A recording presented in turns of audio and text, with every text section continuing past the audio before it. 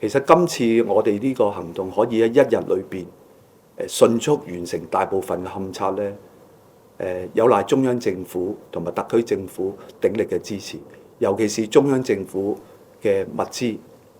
你想一想，如果我哋超過100個同事同一時間進入去現場做搜索、做一個勘察，其實我哋所需要嘅資源係非常龐大。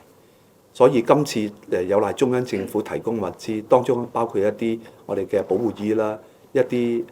水鞋啦、護目鏡啦、一啲強光嘅燈啦，可以令到我哋喺漆黑一片嘅環境裏邊可以進行我哋嘅勘察。呢啲就正正係體現咗中央政府對我哋嘅支持。我哋成日都講肯付出、能付出、多付出，係我哋中國人集體嘅精神。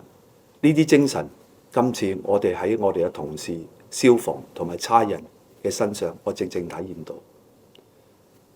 雖然大火無情，人間係有愛。